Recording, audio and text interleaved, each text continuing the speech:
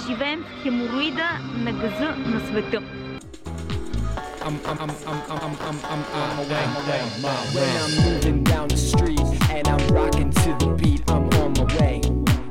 I'm on my way.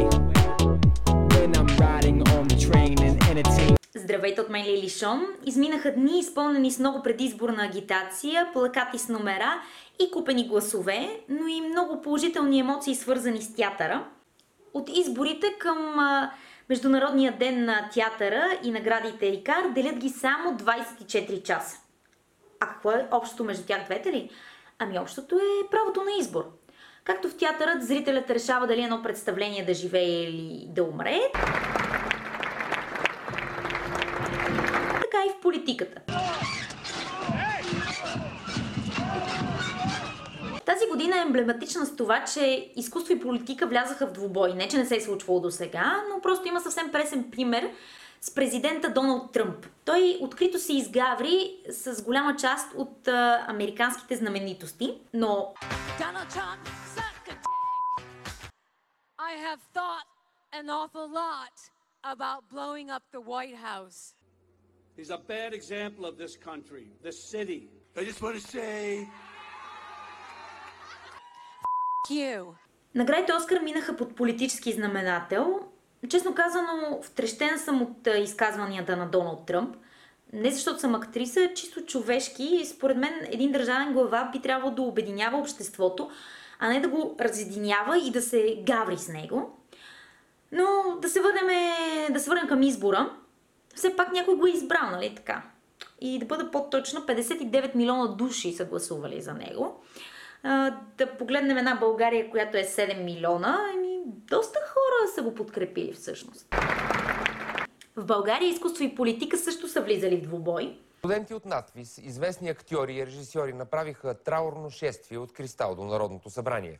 Те символично погребаха морала на българските политици.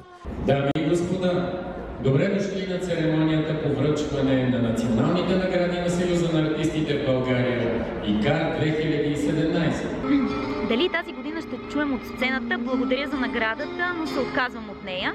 Думи на Ивайло Христов на наградите Аскер през 2014. Между другото, той тази вечер е номиниран за ролята си на Лебедев в Иванов.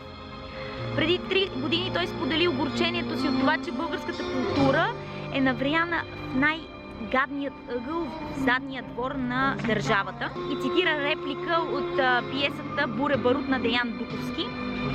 Ние живеем в хемороида на газа на света. Подкрепям такива крайни реакции. Би било хубаво, естествено, те да бъдат чути от когото трябва, разбрани и осмислени. Между другото, забрави да честитя празника на всички театрали и любители на театъра, защото днес е Международния ден. Също така, юбилей днес има и Съюза на артистите, които стават на 95 години. И голямата ни актриса Стоянка Мотафова, която също прави 95 години тази година. Пожелавам ми да бъде жива и здрава и още дълги години да ни радва на сцената със своите роли и своята неспираща енергия. Стоянка Мотафова не присъства на церемонията, а пък Ивайло Христов в крайна сметка беше награден и този път той си взе наградата. Благодаря за тази награда. Икарите минаха супер. Имаше препратки с Оскарите. С това, че имаше объркване на Оскарите. The Academy Award. La La Land. Guys, I'm sorry. No, there's a mistake. Moonlight, you guys won Best Picture. Moonlight won. Come on, this is not a joke. This is not a joke. I'm afraid they read the wrong thing. This is not a joke. Moonlight has won Best Picture. Moonlight, Best Picture. На Икарите нямаше подобни гафове. Мина доста безпроблемно. Имаше естествено шега, свързана с политика. Но хората някакси не се смееха особено. Може би, защото вече хич им е забавно. Гергана Петньова, която взе Икар, която е от моя клас. Имаше между другото най-готината реч. И колектива при Гергана. Добър вечер. Честит празник! Не, че другите не казаха някакви смислени неща, но беше най-емоционална и за мен е най-вълнуваща. Тайкарите според мен беше супер, че бяха в цирк. Много по-различно от други години, много по-раздвижено, много по-вълнуващо, емоционално беше. Благодаря за избора на наградени. А пък вече на какво на вас ще ви харесва и какво не е в театъра и в политиката, това вече си е абсолютно само вашия избор. Помните ли Трип?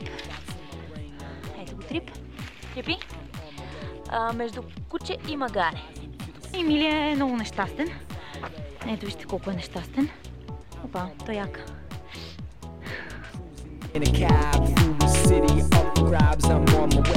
И както и върху Гергана,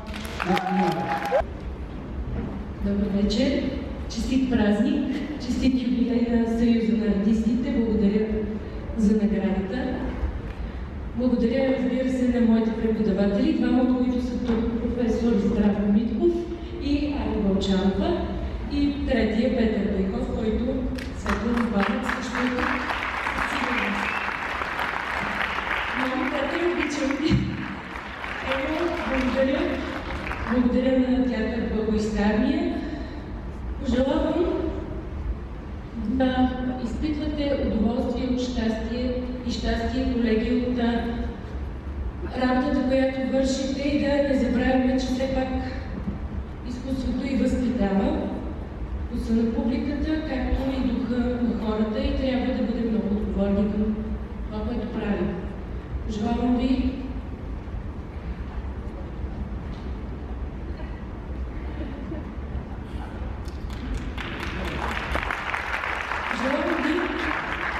чувство за хумор, защото понякога чувството за хумор е единственото спасение. Пожелавам ви да се